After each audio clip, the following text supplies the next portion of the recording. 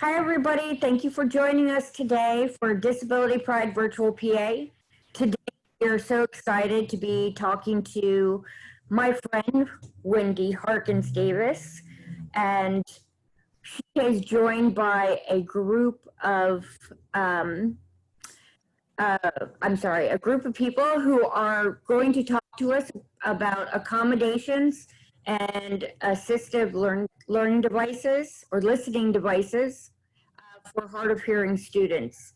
It's a great conversation. I hope everybody has joined us. And I'm going to turn this over now to Wendy. Hello, everybody. I'm going to flip right now to share a little presentation I put together. There we go.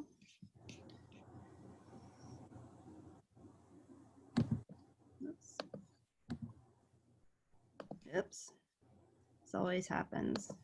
Can you see that? Yes. All right.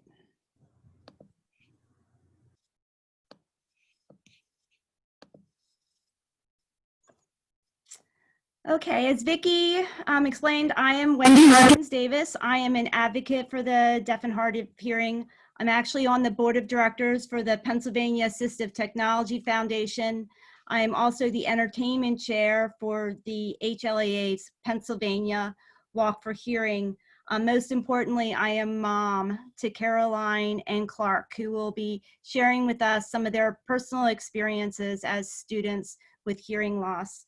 I put together this workshop because I wanted to share with other families some of our own personal experiences and hopefully help you to better support your students as they go through high school, college, and graduate school.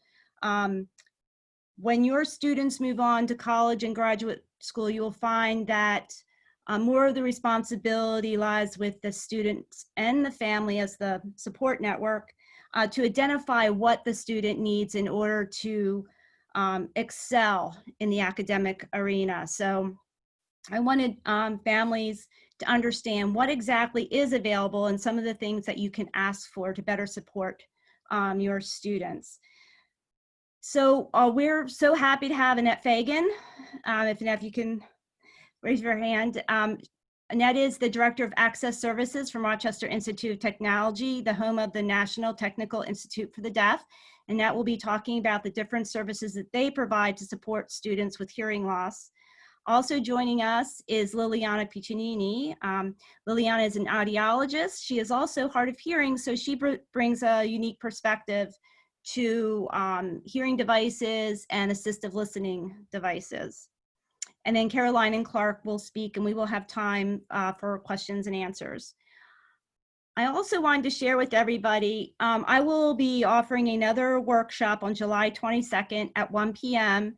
On that workshop, we're going to talk about the Internet Protocol Caption Telephone Service. And this is a telephone captioning service that's provided at no cost to the user, which is funded under the ADA, the Telecommunications Relay Service Fund. And we will talk about that program, some of the different devices and services that are available. We have actually had a caption call phone in our home for about 8 years. And it is a device that Caroline and Clark have both used. So now I'm going to kick my presentation over to Annette. So I can do stop sharing. So Annette, thank you very much for joining us. Good morning. Thank you very much for having me. It's a pleasure to be here. Did you want me to put my presentation up, Wendy, or okay? Yeah, that would be great.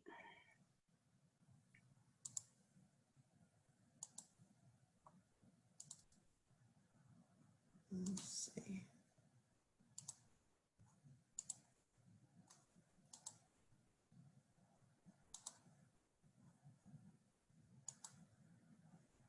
There we go. Can everybody see that, I hope? Okay, great. My name is Annette Fagan. I'm the Director of Access Services at Rochester Institute of Technology and the National Technical Institute for the Deaf. This morning, I'd like to share some information about our real-time captioning and note-taking services that we provide to students at the Institute.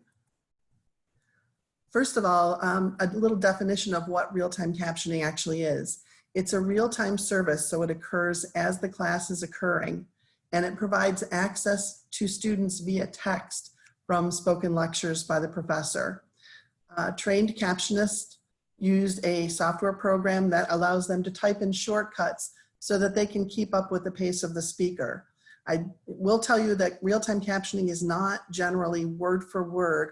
A lot of times, depending on the accent of the speaker, the professor, or the speed, we tend to condense and we provide the important pertinent information and leave out some of the false starts, things like that. It can be viewed on any device. So we provide at RIT, NTID, iPads for students when they're in the classroom. The captionist will bring those for the students to use, but students can also access the captioning on an iPhone if they want to do that. The text remains on the screen. So sometimes students, if they break into small groups after a lecture, will be able to scroll back and see what the professor said if they had provided instructions. So it gives the student access to all the information that's presented during a lecture.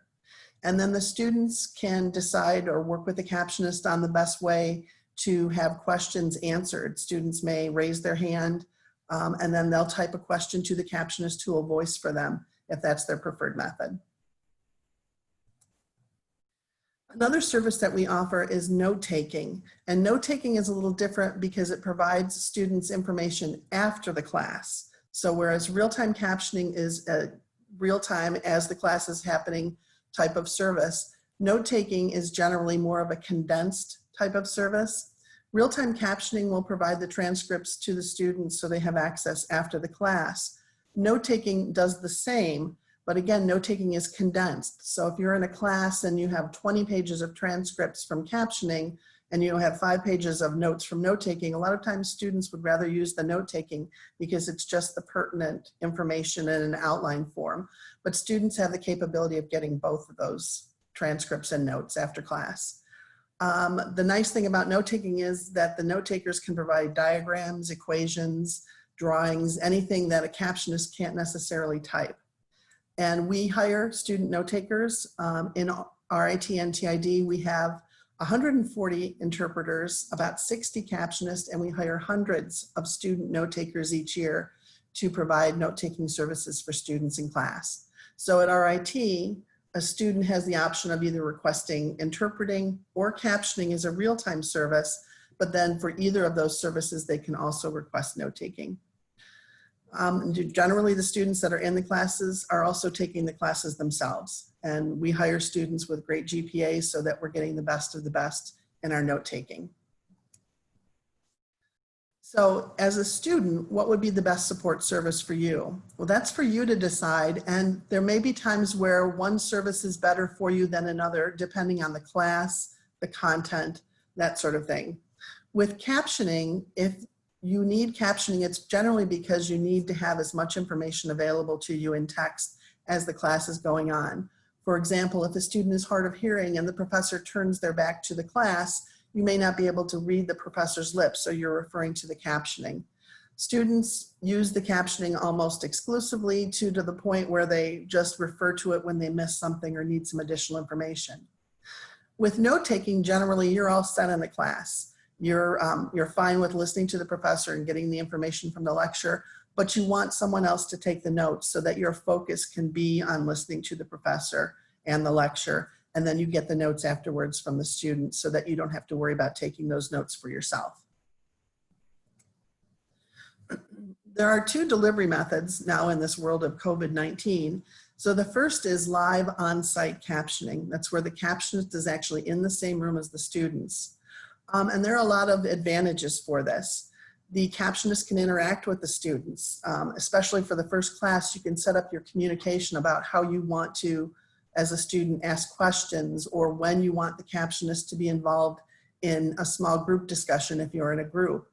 The captionist can also see the visuals on the whiteboard, and the captionist generally has access ahead of time to the course materials so they can prepare with vocabulary. Again, captioning is still accessible without the internet through the connectivity in the software program that we use at RIT. The viewer can also be used for various settings. Labs, if you're on a field trip outside, if you're in an auditorium. I've actually done captioning myself, and I've captioned in dark rooms. So we can adjust our captioning needs to what the student needs. The only considerations that we'd have about live captioning would be that it may be difficult to find captionists in your area. If you're in a smaller school system, it may be difficult to find a captioning service. And it does take time to train a captionist. Usually about 4 to 6 weeks is what we use for new captionists coming in, going through the training program. So that's one of the considerations to think about for live on-site captioning. For remote off-site captioning, there are some advantages. And again, just as I mentioned, if you're in an area that doesn't have a captioning staff or captioning team on staff, you would contract out for remote captioning, and the remote captionist would tap into the class and be able to provide captioning needs. This works great for study abroad or remote needs in small towns, and you're generally only paying for the amount of captioning that you need during that particular class. Whereas live on captioning, especially at RIT, all of our captionists are staff captionists. So when they're not providing service to students during break weeks and things like that, they're improving their skills, they're doing professional development. Some of the considerations about remote captioning are, though, is the provider is in a remote location, so we don't have that opportunity necessarily to have as full communication with the students or the clients that we have.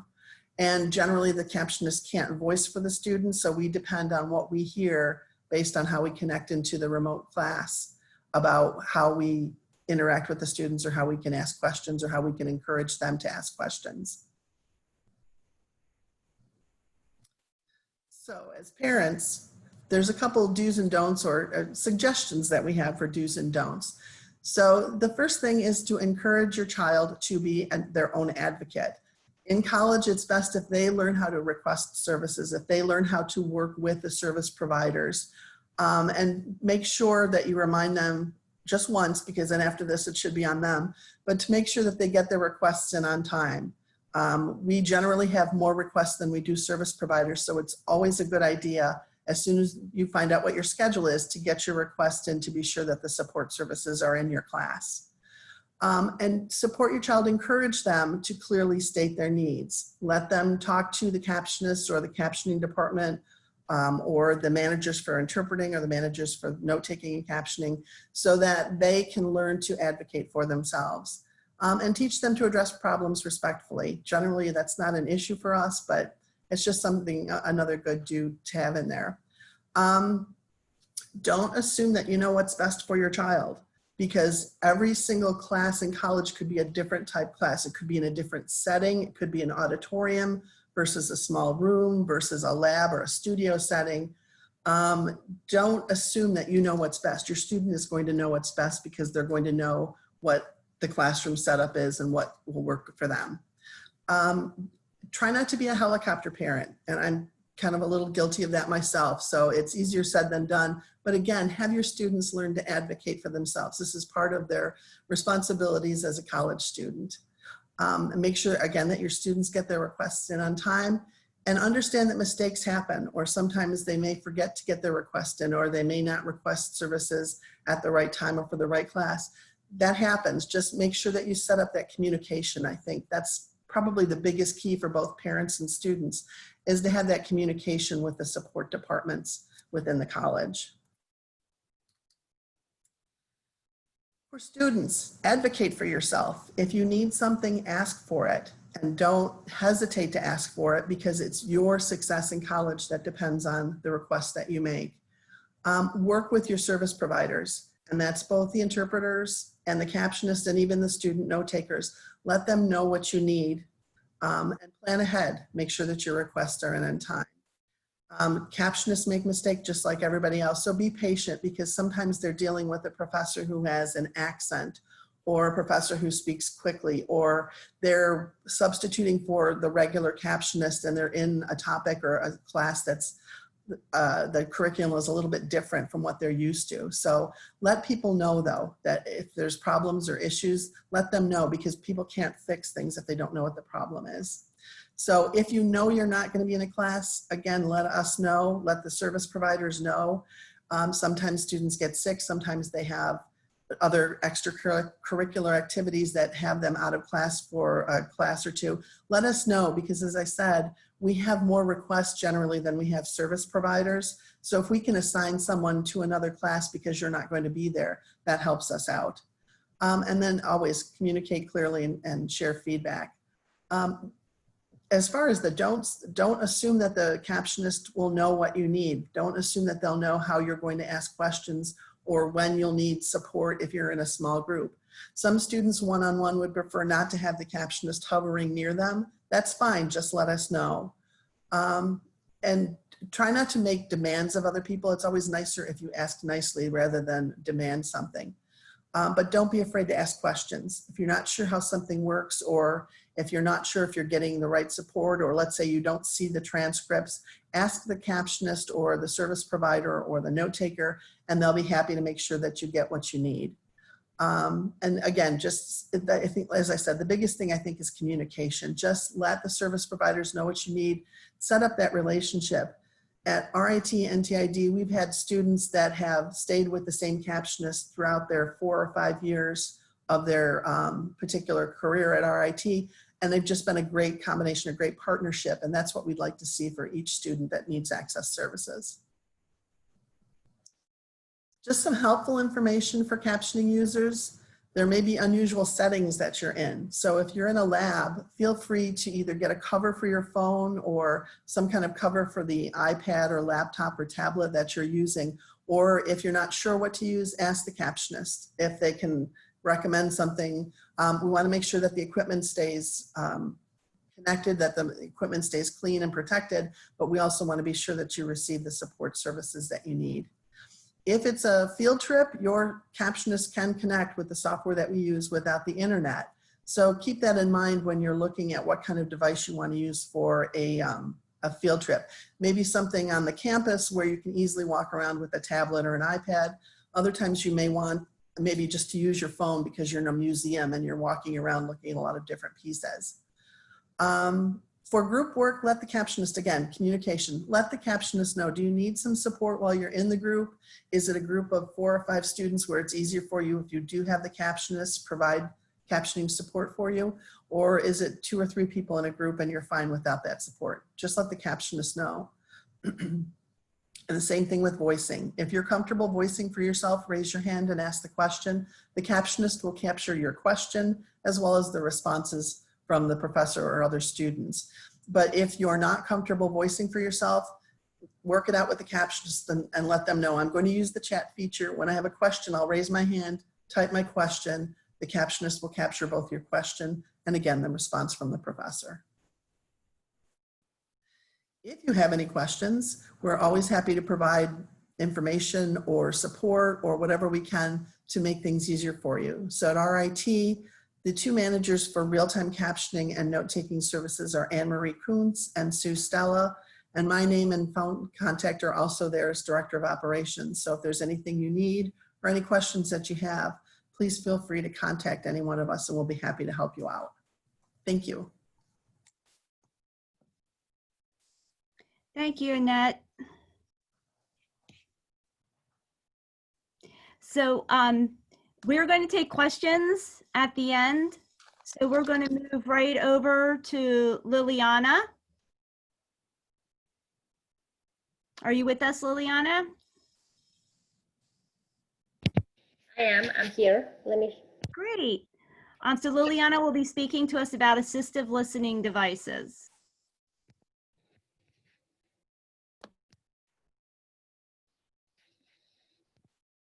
Can you see that?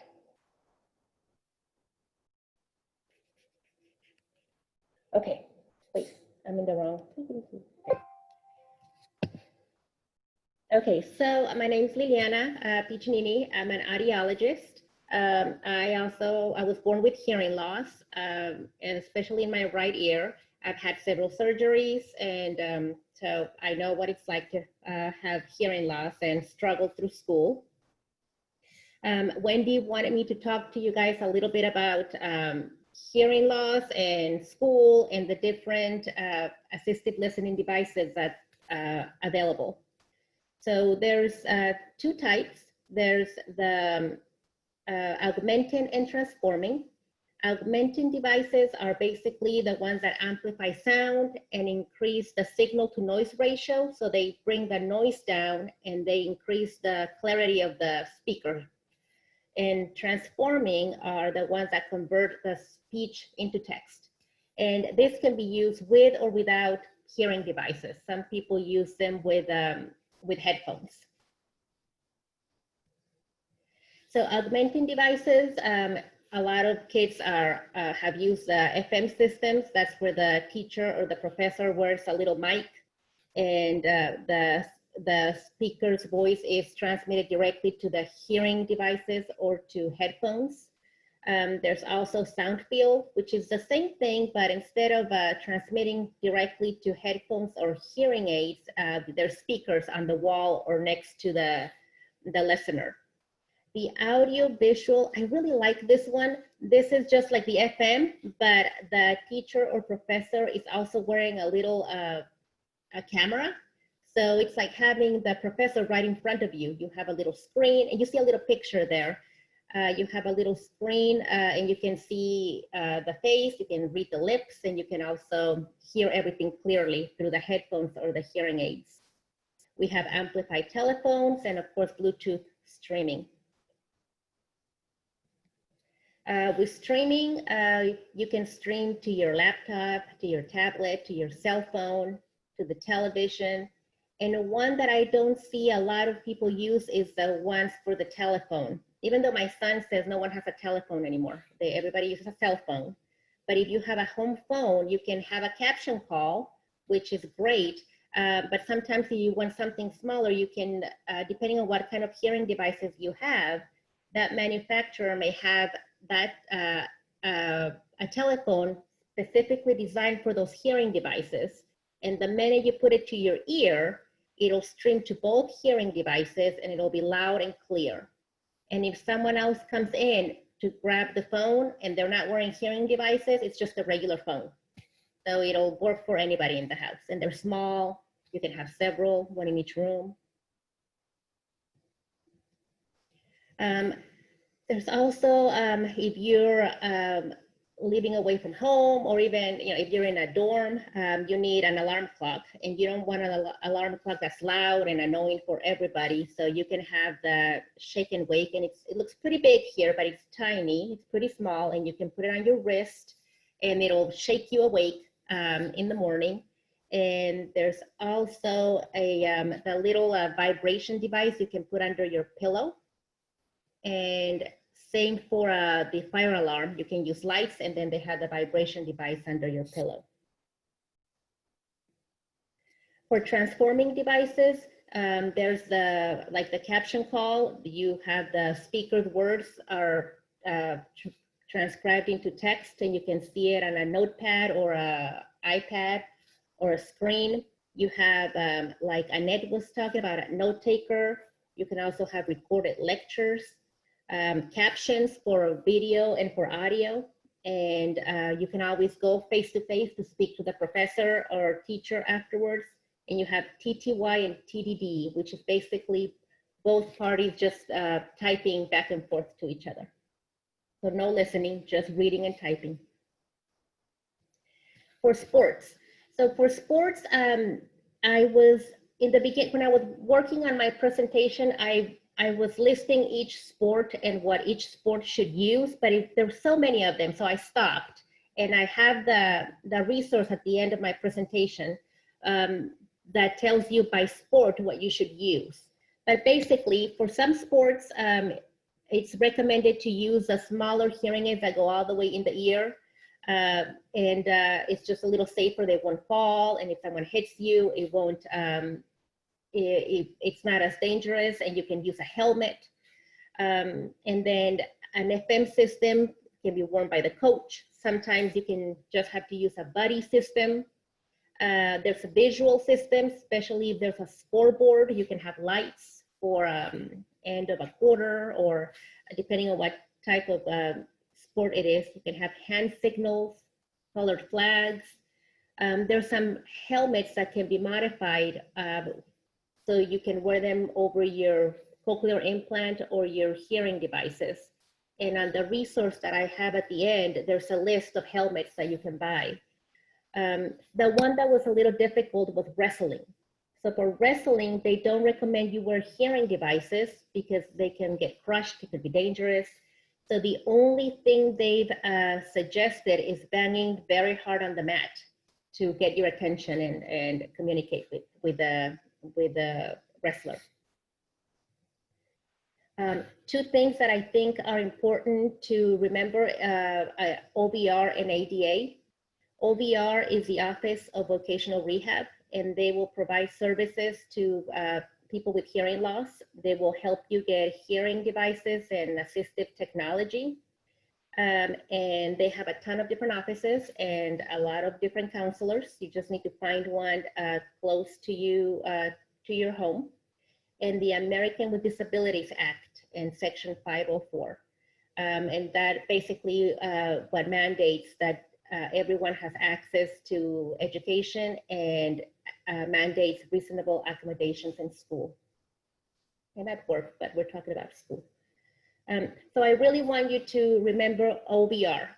What I find is that a lot of kids get their hearing instruments and all their devices when they're young, and then they don't do anything. They turn 21, and then they're desperate. Their hearing aids aren't working. Their assistive devices aren't working, and they don't know how to get some. They can't afford them, or their insurance won't pay for them.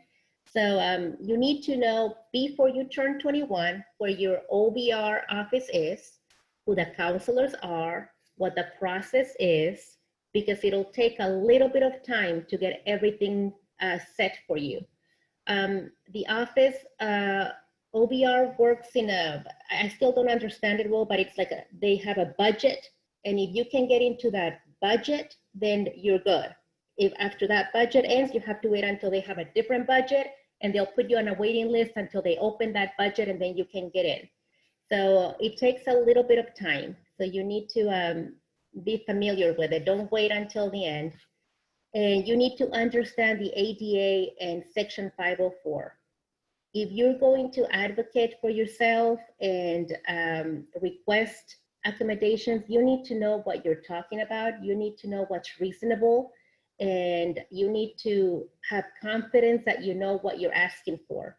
And the only way you'll know is by knowing the ADA and Section 504. Always speak up if you have questions, and never be afraid to ask for help. That's something that I learned late. It was difficult for me to ask for help. I always thought I could do everything by myself. And I think life would have been a lot easier if I had more confidence and was able to speak up and ask for help when I was younger or in college. These are the resources. The top one and the last one is all about sports. They list every sport, and they tell you what they recommend for kids. Connect Here just talks about hearing loss. Tina Childress, she's an amazing audiologist. She wears a cochlear implant, and she signs, and she's bimodal communication, and she's passionate about all kinds of different technologies and applications. So if you go to her website, she has a blog, and she has a list of every application imaginable to help you with anything you need. And she will list them in order, and she'll tell you how to use each one and which one she recommends. And she even has her information. You can email her. She's awesome. Once you go to her website, you'll see what I mean. She's great. And that's it. That's all I had for you. I have my email at the end of this presentation. If you have any questions or you need any help or anything, I'm always happy to help. I'm passionate about audiology and hearing loss. I just want everybody to have the resources they need. So anything you need, I'm happy to help you. So just let me know. And get out of here. And Thank you, Liliana. That was wonderful. oh, good. Caroline and Clark, are you ready to provide your piece of the presentation?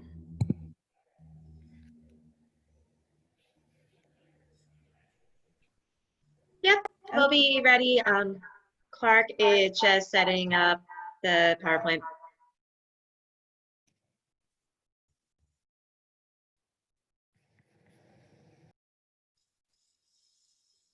I'm going to let Caroline and Clark introduce themselves so that I'm not the helicopter mom. They can do this all by themselves. Well, hi, I am Caroline. Hey, I am Clark.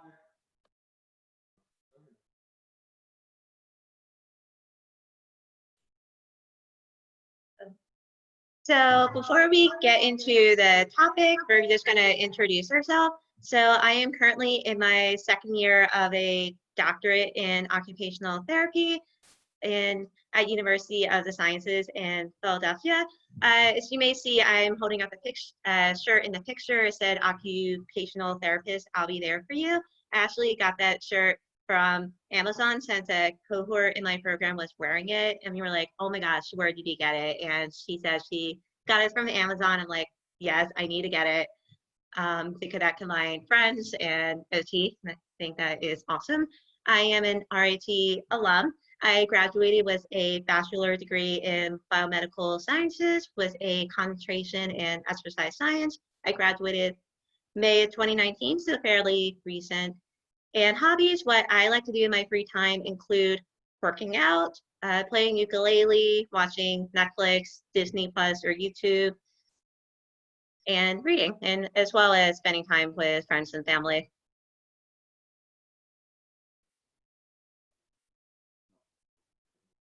Hey, I'm Clark Davis. I am going into my third year of biomedical engineering at RIT, and my goal is to go into research involving neurodegenerative diseases.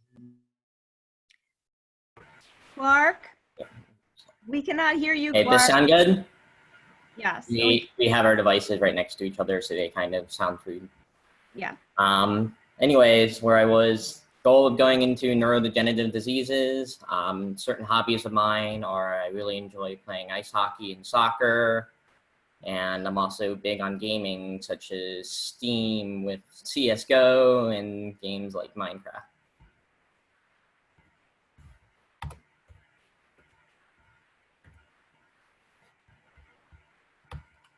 You want to talk about my entrance goals? Okay, so as far back as I can remember, all the way to kindergarten in Canada, I have been using a device called the FM system, which would allow the professor to wear this sort of like collar that would link up with my hearing aids, sort of like a Bluetooth stream. This allowed me to be able to hear the teacher personally and would enable to sound off everybody else so I could focus solely on the teacher. Once I moved to America, they were kind of still in a development phase for applying it to education. So I got to use all sorts of weird systems, like the professor would wear a speaker and there would be a boombox on my desk. And it was funny because with it being on the desk, it would boom to all of the other students. So it was kind of like a boost to the entire class. Pretty much once we moved right into third grade, they stuck with the FM that was stable, reliable. So I got right back into that. And then pretty much stuck through that all the way through high school until I arrived at RIT. So once I got in RIT, they had so many different options from captioning to note takers to translators. I mostly relied on the captioning. Usually I did not struggle with the classes unless the professor had an accent of sorts. So the captioning was a great way to reinforce my understanding during the classes. If I had any difficulties, I could scroll through the captioning to look back at what was said. It was kind of an advantage over all the other students, in my opinion.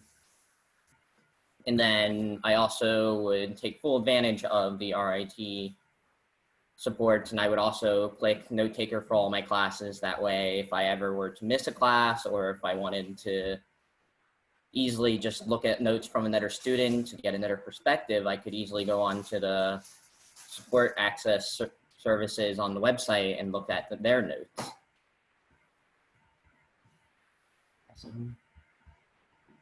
How do I get to mute yourself so I can talk? Yeah.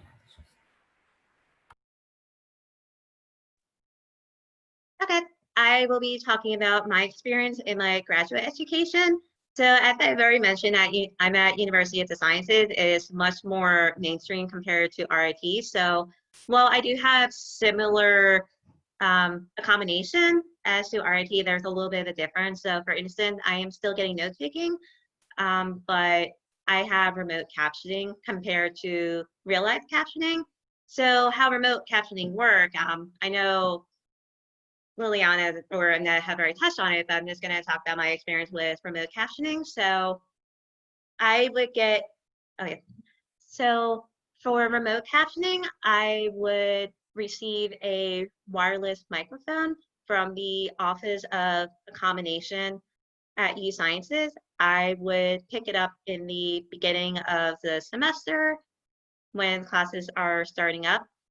I would hook up the base of the wireless microphone to my laptop.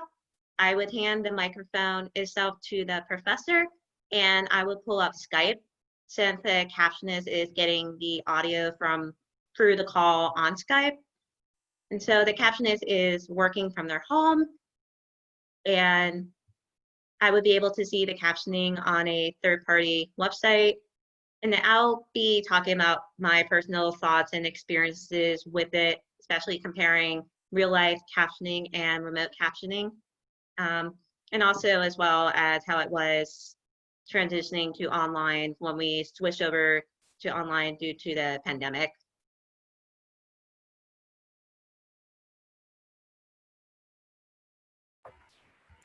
So for social situations, in general, you're going to be usually in indoor settings. Obviously, that's not the case for Corona now, but usually what would happen if you have a group, usually not more than 10 people, you would rely on social cues such as the body language and reading their lips.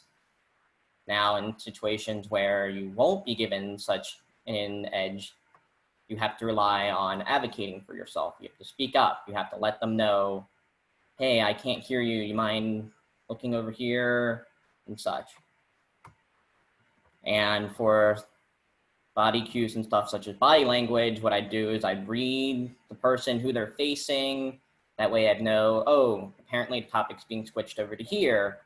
And then for lip reading, I would lead the lips to gain a better understanding in case I've missed out on words. And then in terms of the situations, like if you're in a very loud auditorium or even just at a pool, those are situations where you need to advocate for yourself. You need to be able to adjust to your surroundings. So if you are at a pool, I like to go with friends who are very familiar with my situation so they can easily adjust when I ask them to.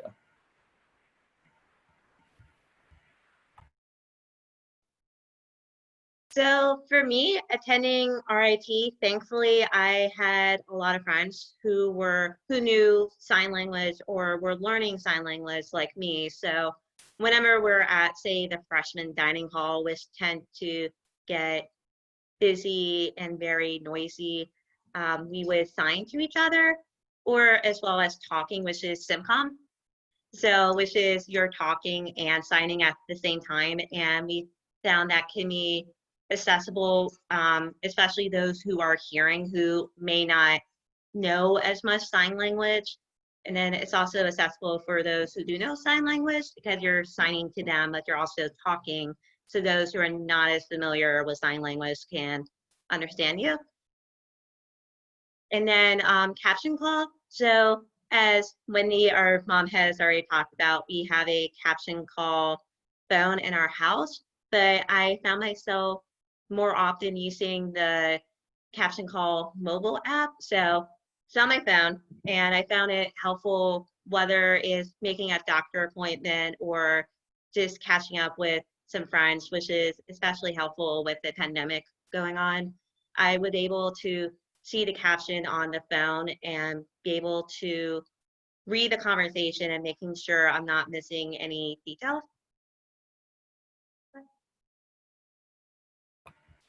So some personal stories we'd like to share, such as funny situations we were in due to such necessary help. So I was a 4-year varsity ice hockey player for Conestoga High School, and throughout the years, it was always funny seeing how the coaches would try to communicate with me. At the very beginning, they thought, you know what, let's just scream our lungs out.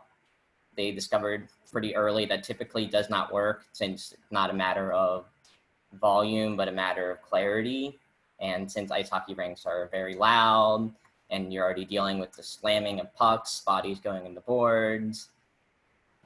So next they would try visual cues.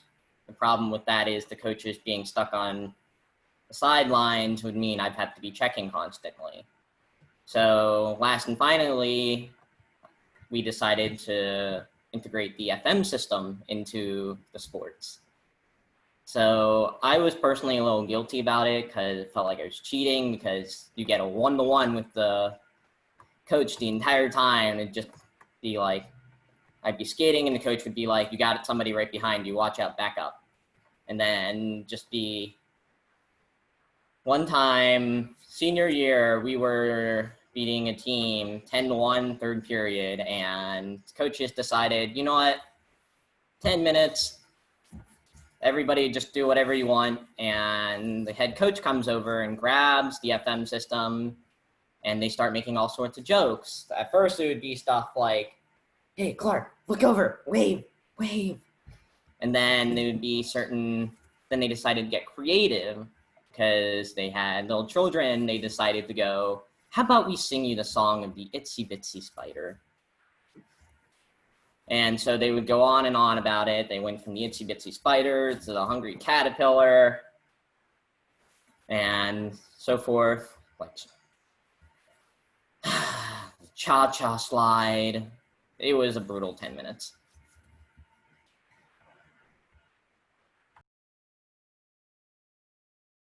Okay, so talking about remote captioning, as I have mentioned, I am at University of the Sciences, and sadly, they don't really have access to live captionists, so we had to resort to remote captioning. From my experience being in person, it was a mixed bag. So I was able to usually understand the professor. However, my laptop decided to have technical issues. Like, I remember there was a period of time it was just randomly shut off because it was like, uh-oh, you ran into an issue, we have to restart.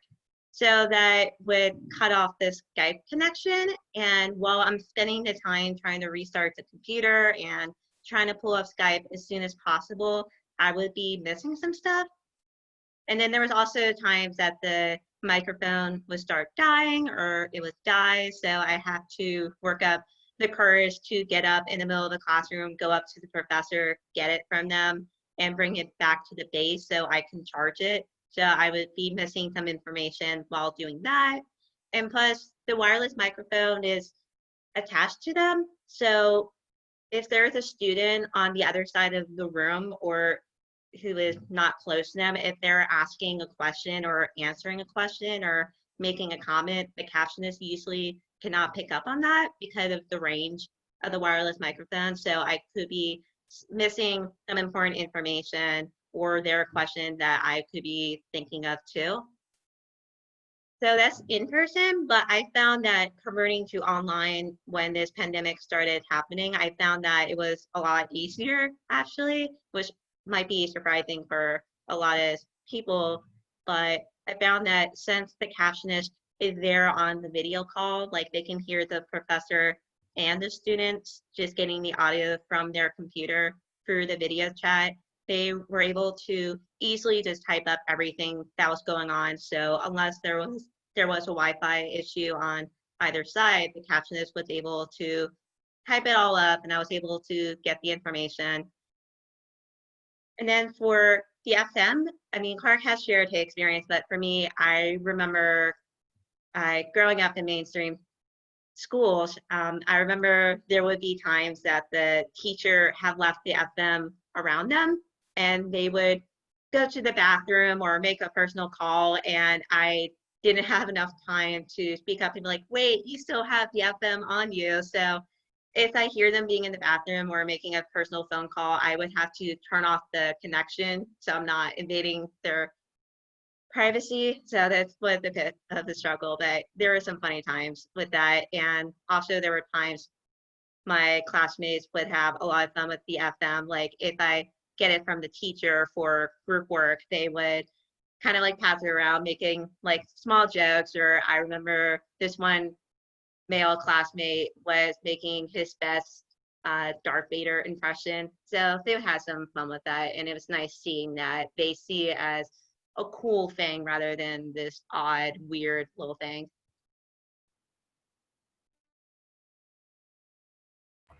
Yes, Caroline, I'm sure everybody who's used the FM system has had that awkward backroom story.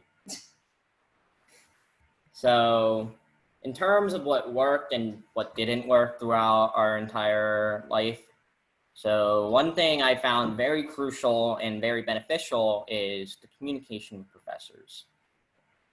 After every class, I would always go up to talk to the professor and introduce myself. That way I wasn't just some non-entity in the background. They knew who I was, they knew my situation. It made it easier later on in case I ever needed help. Another thing that I found to help a lot would be is taking advantages of the services offered wherever you are.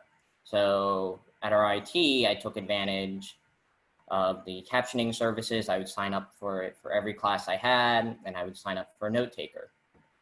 That way I could maximize all the help I could get.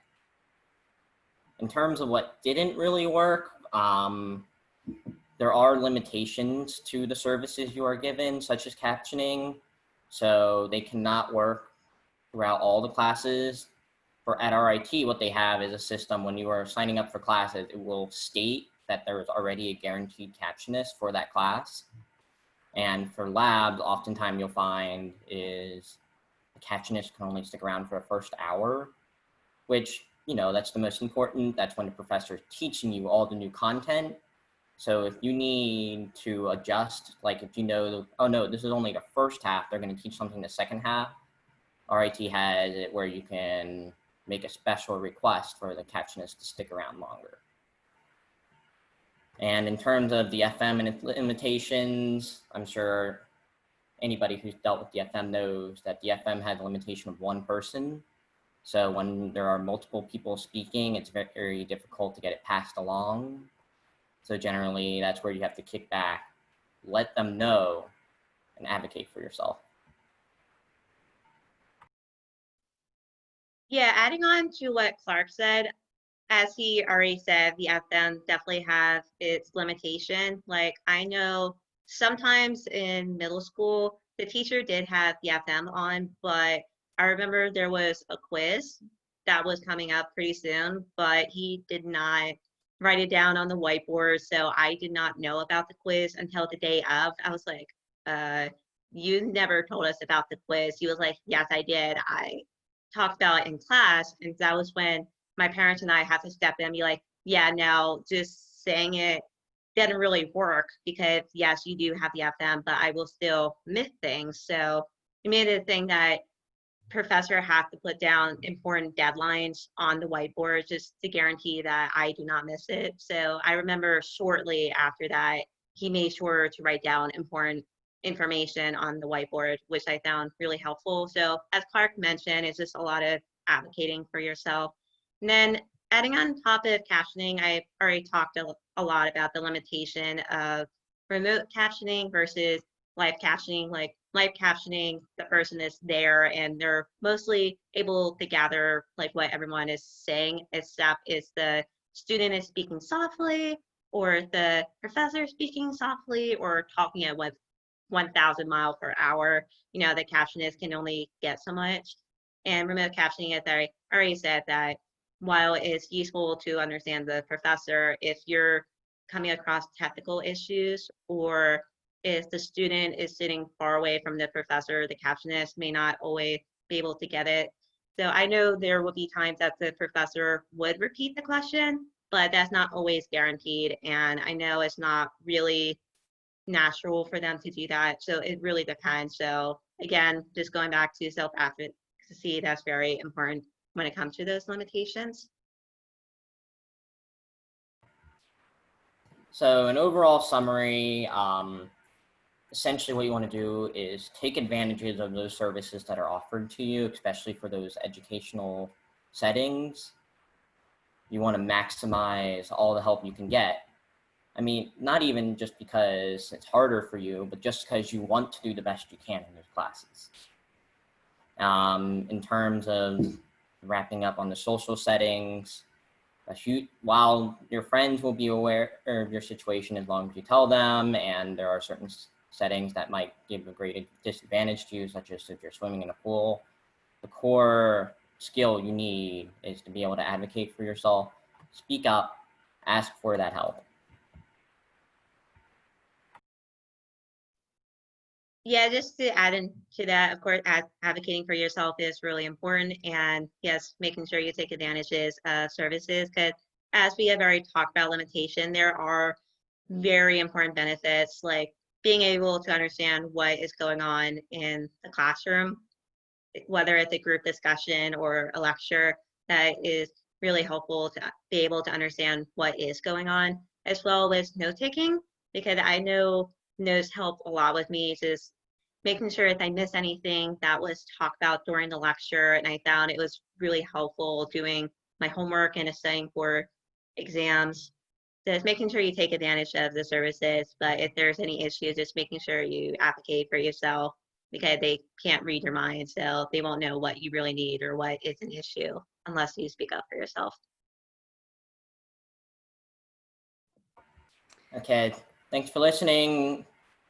This should be the last presentator, so we will be taking any questions. Feel free, if you want to ask me any questions or Caroline any questions, just be like, hey Clark, hey Caroline. Actually, we did get a question on the chat. A parent asked about the use of masks. How are you doing communicating with people when they're wearing masks? And Annette, you might be able to share with us, what does RIT plan on doing in the fall, because students are returning to class? Are students and professors going to be wearing masks? That might be a challenge. Yes, Wendy, I would like to comment on that. RIT, NTID does plan on getting both clear masks for the staff and students, as well as face shields. So we'll have both of those options available to us. And students will be required to wear masks indoors as well as outdoors, obviously for the social distancing aspect when they're exiting and entering classrooms. But yes, NTID is prepared and is in the process of procuring both the clear masks and clear face shields for staff and students to use, and faculty.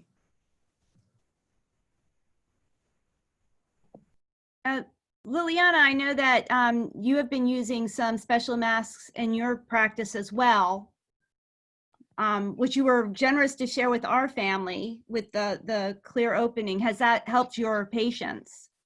Yes, and I've been giving them to my patients. I have one here, and can you see it? Okay, but we also have this one that you also, I think you also have, Wendy. This one? Yep. We just got them, and this, oh, my patients are loving this one. They don't move. I love them. It's completely sealed, and they don't fog up, and you can use them all day. They're very comfortable. The other ones are comfortable, but not, you feel like you're a little bit, like you can't breathe after a while. These ones you can. They're very comfortable. So I recommend this ones.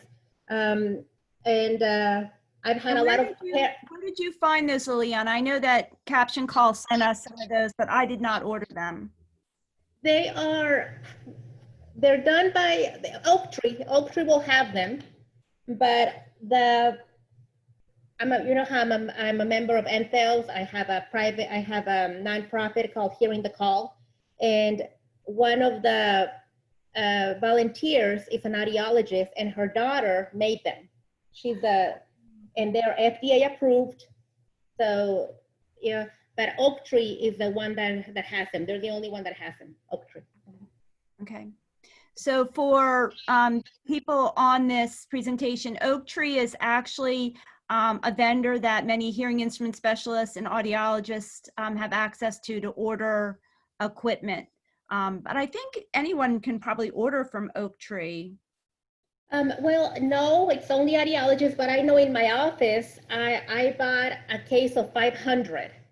And I've had every parent that has come in, we've been selling them to them if they want, and we're just giving them to them at cost. So it's not like we're making a profit or anything, but we just feel it's really important. The clear ones, I was giving them out for free because I have a very dear friend who's a theater professor who was making them and donated them. But these ones, they're a little pricey, so I'm just giving them at cost. Okay. I see. So if you contact any audiologist, they should be able to get them for you. So Caroline, it looks like we got a question about pushback from the university for providing services. So Caroline, if you could answer that question, and then I think Liliana may have some personal experience supporting a patient that also had some pushback from their university. So Caroline, if you could answer first, and then we'll pass it to Liliana. Okay, so first, actually, we first got a question about, hold on, I'm trying to scroll up.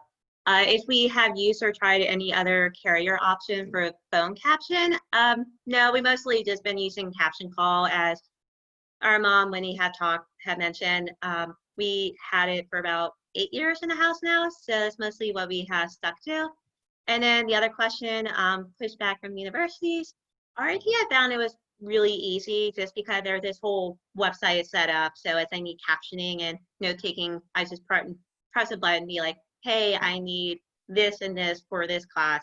I have faced some challenges, like sometimes they're not able to do it the whole semester. Like I recall my chemistry 2 lab, the captionist did show up on the first day of lab, but then the week after is like, unfortunately, we cannot provide captioning anymore. But thankfully, there was an ASL interpreter there still, because the student originally requested for interpreting, but then ended up switching labs or dropping out. I just stuck with the interpreter. And then at U Sciences, I was actually generally surprised at the services they can offer, because for remote captioning, I know my mom and I, when we went to meet with the director of Accommodation, we were a bit worried because because my first class in the program was neuroscience, and that's a pretty tough class. There's a lot of scientific terms. We were like, oh, what if they mistype a term and I'm gonna have a hard time following? But thankfully, the director is like, oh no, they're gonna be like medical captionists, so there won't be any issues. Like they should be familiar with the terms. But the one thing that was a consideration is different compared to the RIT process, because RIT, they know that you have a hearing loss that's in their file. Meanwhile, U Sciences, I actually recently have to do another annual meeting just to be like, hey, just making sure, do you still need this accommodation? Yeah. I'm like, that was a bit confusing, because I was like, yeah, I'm still hard of hearing. I don't get why I need to do this follow-up, because nothing has changed. I still need this accommodation. So that was a bit of a pain, but other than that, that's pretty much been my experience. Clark, you're welcome to share about any pushback or struggles, or anyone else who want to share their personal experience. In terms of RIT, as Caroline mentioned earlier, there's not really much pushback. All the professors, all the faculty are very much aware of what part of what makes RIT very special is that very big support to give to students for accommodation. So I haven't experienced really any pushback. The only pushback I can really state would be in terms of getting captioning services. If you can't get into a class that guarantees it, you have to push to get that captioning, which is understandable because they have to find a captionist available for that time. It's a bit of a struggle. I have several of my patients that have a really hard time. What I've realized is that most universities aren't aware of hearing loss. They're aware of everything, of a wheelchair or I don't know, about a blind, but hearing loss is not something they know about. So it takes a lot of letters when they come of me writing letters to the university. I've had one patient who wanted to take ASL as a second language, and the university said that's not a language.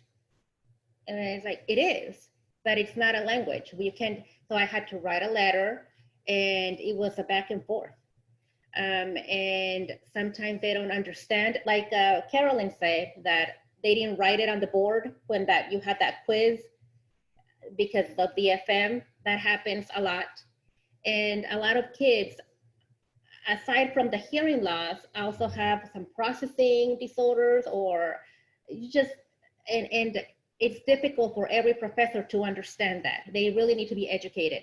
So it takes a lot of letters. I have a letter for everything imaginable. When a patient comes in, don't worry, I have a letter. And they can take it to the university, and it always helps, but it's a struggle. And the student needs to be able to have they need to want to fight for it. Sometimes they just give up. Okay, I won't take ASL. It's not a language, and they'll take something else. So it's something they have to really advocate and kind of fight for it sometimes. And I will add to that, that was one of the challenges that we had with Caroline and Clark. We wanted them to be able to apply to any school, any program, and not have that language requirement from high school to be a barrier to where they apply to university. And we as well explored if they could take ASL as their foreign language requirement for our public school, and they would not allow it. So Caroline took Spanish, Clark took Latin, which I think was a really great option. It's not so much emphasis on spoken language with Latin, and it's great for learning the roots of words, especially for vocabulary for scientific words. So I think Latin, if that's available in your school, is a really great option for students with hearing issues. We had Terry Kite, who is a dear friend of ours from way back in Texas. Terry is a deaf education teacher, and she has asked, is there a note-taking training that you can recommend? Annette, you might be able to answer that question. Sure. Terry, we provide note-taking training for our student note takers at RIT. It used to be actually a half-day training, and we whittled it down to a few hours, and now they're pretty much doing it online. But a lot of the information that we have really focuses on just making sure that the student note takers understand they're not just taking notes for themselves. They're taking notes for students who may not be familiar with the curriculum or the particular course. So we would always tell note takers, if a professor puts an equation on the board and shows 2 ways to solve it, you need to put both of those solutions in your notes, because one solution that makes sense to you may not make sense to the student you're taking notes for. As far as any kind of resources, I would just kind of Google note taker training and see what you can find. There are different colleges that have different PowerPoints and information available that just give you some pointers on what's important to stress for note takers. But I really think the most important thing to keep in mind is you're not just taking notes for yourself, so you need to be capturing all that information and understanding it from the perspective of the student you're providing the notes to.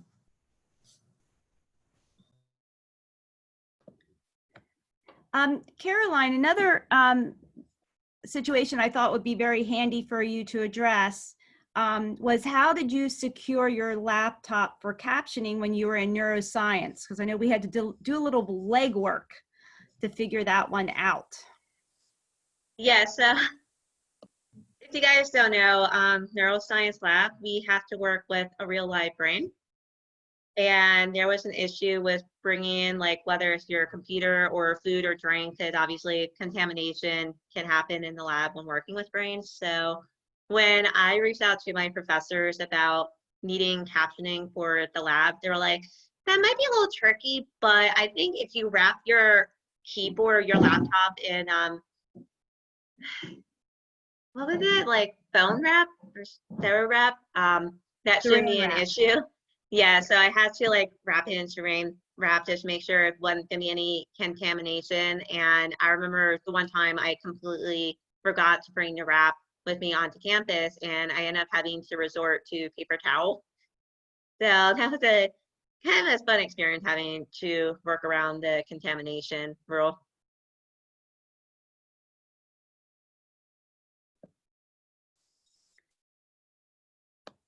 I'm not seeing any other questions right now. Yeah, this question. So if there's any more questions, if you can post them in the chat. Was there anything else, Liliana, that you wanted to share? The only thing I can think of is if you're in any type of a medical field, there's special stethoscopes, and they're Bluetooth stethoscopes, depending on what kind of hearing instruments you have and how you want to use it. I have several doctors who have the Bluetooth one and they love it. Other ones don't. They don't want to have something different because they get asked too many questions. So they just want the one that's a little louder, that has the little volume control. They just want everything to look the same. But there's always something, even to take the blood pressure, there's one that's visual instead of you hearing the little, which I could never do, by the way. That I can't, there's no way I can't hear it. I don't care where you put me in a, anyways. But yeah, so stethoscopes, there's always something, and we can always figure something out. You just have to find a good audiologist that will help you, and they'll help you find whatever you need. Yeah, actually, I forgot about that one. Thank you, Liliana, for reminding me, because Caroline has been struggling with learning to take blood pressure because she cannot hear that change, that gap. So we have been researching stethoscopes. I will say it's interesting, when I proposed to Caroline the Bluetooth one, there's one that's Bluetooth and has a visual display. She said she needed to go to the university and get it approved. She was afraid it would be cheating. So Annette, could you maybe fill us in if there's any time that students should be hesitant to ask for anything? Could anything ever be deemed as cheating? I can't imagine they actually said that. I can't imagine people to actually think that. I guess I'm kind of fortunate to be at RIT NTID because there is such a great focus on the deaf and hard of hearing community, not only on campus, but within the greater community itself. And I don't think there's any instance where a student should be concerned about asking for something. They may not always get what they need. They may say, I want an interpreter and a captionist in class. And that may not be possible because of finite resources that we have, but we will certainly do our best to accommodate students with whatever they need. And I've always been of the opinion, if you don't ask, you don't get. So I would absolutely go ahead and ask for something if you need it, and either recommendations can be made or services can be provided. But I don't think students should ever hesitate to ask for that.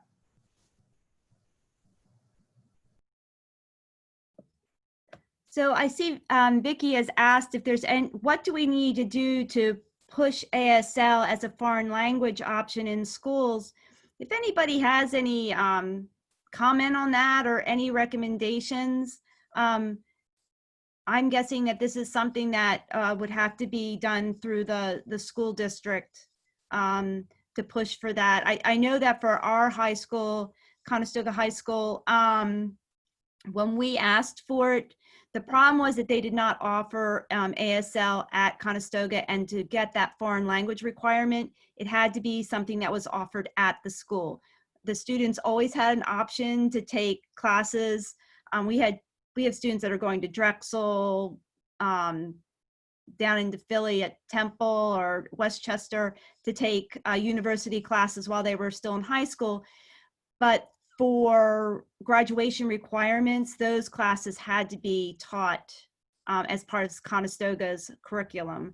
And Clark did say here that I guess they do now have that as an online class for Conestoga. So, you know, sometimes it just takes a few times asking. For me as a parent, when I'm out advocating, a lot of this is paving the road for those that come after us. You know, we've hit our bumps along the road. We might not have been able to get what we needed for our children, but I want to make it easier for those that come after us. And that's one of the reasons why we did this workshop. So all we can do is ask, you keep pushing, and we will make the world a better place for the ones that are coming behind us. I will say, this is Vicki. I will say that I am working with my organization and Disability Equality and Education on writing legislative, a bill to be introduced in the House, hopefully this month, that will mandate that schools teach disabilities, not studies. We don't want a class. What we want them to do is to take our history into account in all of the general curriculum. And I was just thinking that maybe one of the things we could add to that legislation is that ASL be something that would be required, or at least be an option in the schools as a part of the legislation. What are your thoughts on that?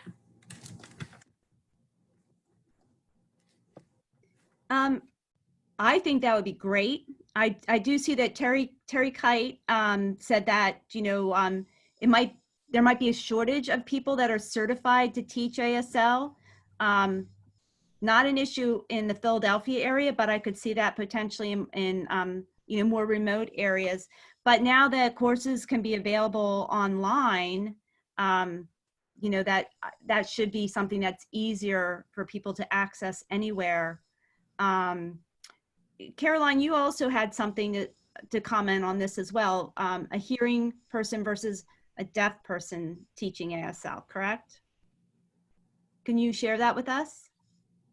Yeah, sure. So I'm just trying to think, because I know obviously there are hearing people who can be integrated into a deaf community, such as like interpreting students or interpreting like interpreters in general. But I'm just trying to think, because I remember a friend's friend was taking an ASL class at their school, and I believe they had, or no, I think it was an ASL club, my bad, but they had a hearing person who was kind of like teaching them ASL or whatever, and there was a bit an issue because I think they wanted more of a deaf voice in their club. So that's why I kind of brought up that issue, because it's like, would a hearing ASL teacher provide the same perspective compared to a deaf ASL teacher?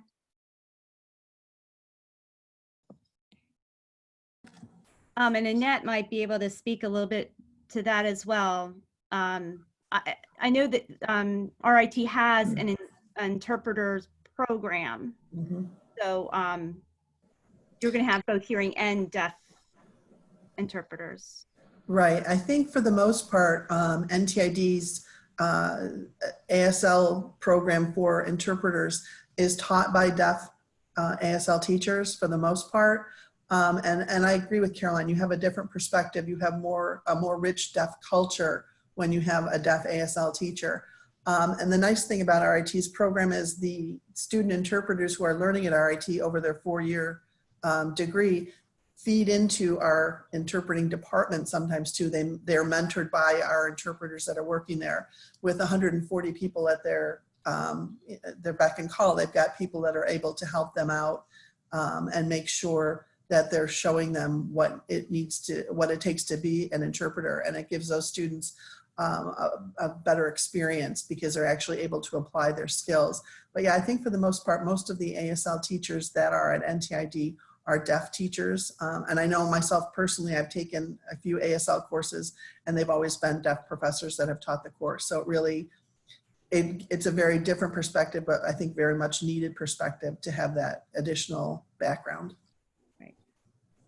And I see that Sudan also, one of our participants, mentioned that she took ASL as a language at the Community College of Philadelphia, and there were some issues with four-year schools accepting that, but she did get Arcadia University to accept that, so for her language requirements. So again, be you hearing or with hearing loss, a lot of this process of applying to college, it is about advocating for yourself and asking and challenging the status quo.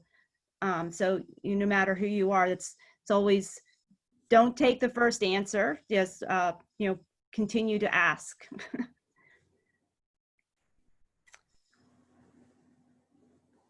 Okay. I don't see any more. Did I miss any questions, Vicki? No, I don't think so. I think you guys were really good at answering them as they were coming. And yeah, I think we got them all. I think Karen, and Karen works for the Pennsylvania School for the Deaf in Philadelphia, and she said that she, Amazing. yes, I love Karen.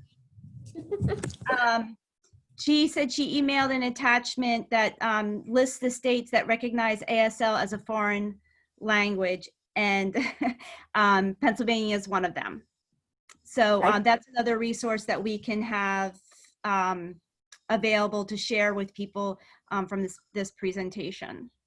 Yeah, and that would be amazing for us as we're going through this process. And the point of the legislation is to actually have a disability advisory group that is working with the teachers, the education piece, to make sure that what is being put into schools and being taught is from the disability perspective. So I think by being able to also start to talk about that in these advisory groups, trying to get that more acclimated for everybody, that ASL can be available for people. Right, and I see that Terry mentioned that it may not always be possible to have a native ASL speaker, but better to have a hearing ASL teacher than no access to ASL at all. And my mom was a public school teacher. She was an English teacher at the Coatesville Area School District. And she was a big proponent of offering ASL as a foreign language requirement, just because for some students, a foreign language is so very difficult for them to grasp. And sign language is it's a different way of thinking. It's and I don't want to term this incorrectly, but more like an abstract kind of thinking. And for students with learning differences, that is another way for them to learn a different type of communication. So it's a great alternative to provide in public schools. So I agree, Terry, sometimes we can't have the best option, but just having another option can benefit many students of different learning styles. I know when we lived in Texas, our children, we were picking up signing exact English. ASL was not the chosen sign language for our school district, and we were learning signing exact English, which gave us a really great tool to work with as our children were developing language skills. We were a little late to catch Caroline's hearing loss, so she did not get her hearing aids until she was 3 years old. So we were behind the curve on her learning to speak. The reason we caught her hearing loss was that her speech was not developing. So the Signing Exact English gave us a way to start communicating with her before she developed robust language skills. So there are different options. Also, learning, when you have hearing loss, accents are tough. And when you have a native speaker of whatever other language and you're like, what? It's really hard to grasp. The way their lips move is different and the way they place their tongue is different. It's just hard. So ASL is better. Yeah. Yeah, we actually had that with Clark. In our school district, the children have to take Spanish. They start like in kindergarten or first grade. And I remember Clark in particular had a lot of struggles with his Spanish teacher in middle school. She, I believe, was from Colombia, but he would come home from school and say, man, I can't understand her when she speaks English or when she speaks Spanish. So I'm not understanding anything in the classroom.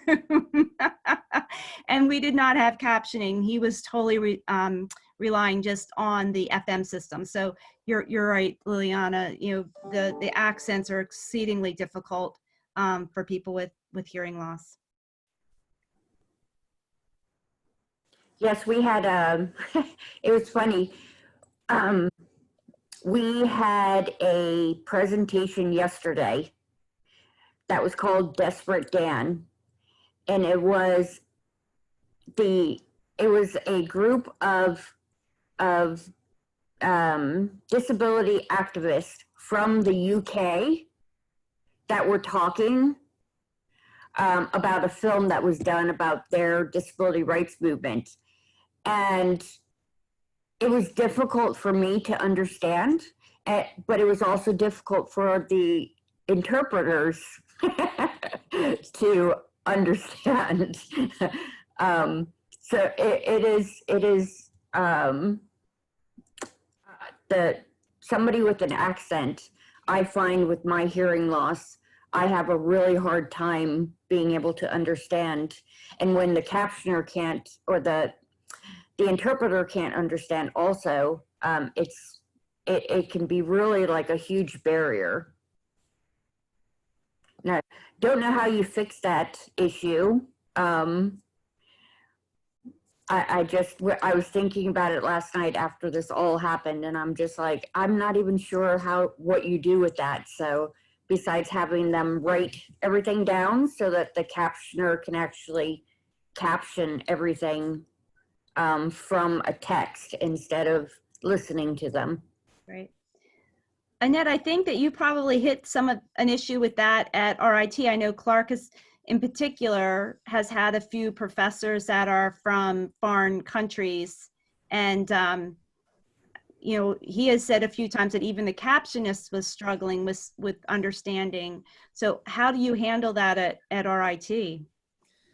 We do the best we can. A lot of times we try to keep a captionist in the same class with the same professor semester after semester, because they've gotten used to the way that the professor speaks and they can understand the accents. There's a lot of times there's terms or phrases that sound like one thing to everybody, but what the professor is actually saying is something totally different. And then in cases like that too, with new faculty that come to RIT, we try to do an orientation to get them, the faculty, familiar with working with deaf and hard of hearing students. So we make suggestions like putting terminology on the board or putting it in a PowerPoint slide so that depending on how you pronounce it, we can actually see how it's spelled or what the word or the phrase actually is. So it's kind of just one of those practice, practice, practice. But you know, there are times that we do struggle with that a little bit as well. Yeah, I'll never forget it. Dickinson, I had an accounting professor from South Africa, and I will never forget how he said accounting. Accounting. It really, I mean, sometimes I had to really pay attention in order to understand everything that he was saying, and I do not have at this point a hearing loss. So yeah, it's that's a great idea to have the captionist spend a lot of time with one professor to get acclimated to their speech, to their language patterns, that kind of thing. I know, I mean, this has nothing to do with school, but I just thought about it. My son is in high school now, and there's two moms that I've known since primary school. For my son, I hide from them because I can't understand what they're saying every time. And they're like, "Hi," they always, and I always like, "Hi," and it's too difficult. It takes so much energy, and I have to be so focused that I don't want to talk to them. And they're nice women, but I just, and my son gets really mad at me. Well, I don't understand. I understand them fine. Well, I don't know what your problem is. I'm like, I can't. It just takes too difficult. So, yeah. Yes, and I remember Clark, that was one of the struggles. Clark has one of his best friends in middle school, Karan. His parents are from India, and Clark would not call Karan's house at first because he said, "Mom, if Mrs. Matab answers the phone, I'm going to really have a difficult time understanding her, and I will be embarrassed." Now Tarina's a good friend of mine. She's a sweetheart, and we would have worked through that. But that's one of the hesitations, like you said, Liliana. You start to avoid situations where it's going to be awkward with the foreign language accent. So. Well, we are almost coming up on our 12:30 deadline. Are there any last minute questions? I see Terry mentioned about how important it is to educate teachers about dealing with students with hearing loss and deafness and how that improves the student's experience. And Terry, you're absolutely correct. And I know that's one of your jobs as an itinerant teacher. And thank you so much for the work you do. That's so important to be able to educate our teachers and our schools about how best to support our students with hearing loss. So thank you for the work that you do. If there are no further questions, please feel free to reach out to any of our panelists or to us. My email is wdavis@captioncall.com.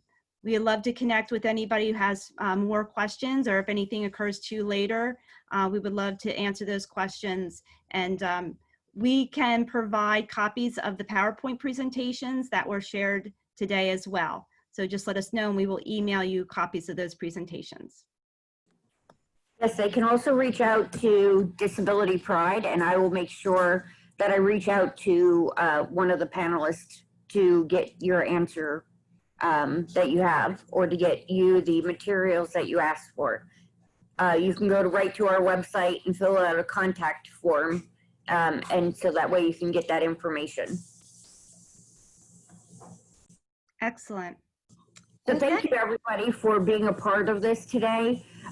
It was very good information.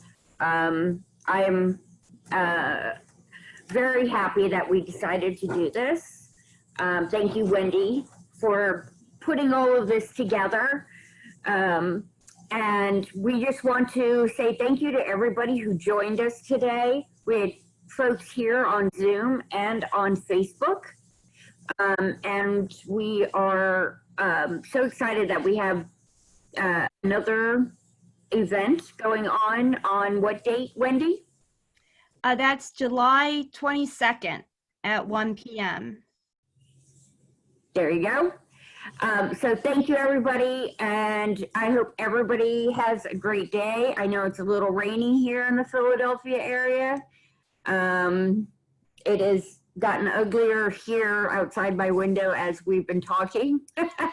So everybody stay dry, have a great day, and we'll see you all at 1 o'clock for the event Partnerships for Inclusive Disaster Strategies. Whew, that's a mouthful. Thank you all. Thank you.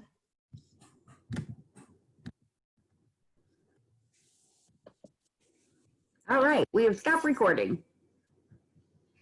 You cut it out.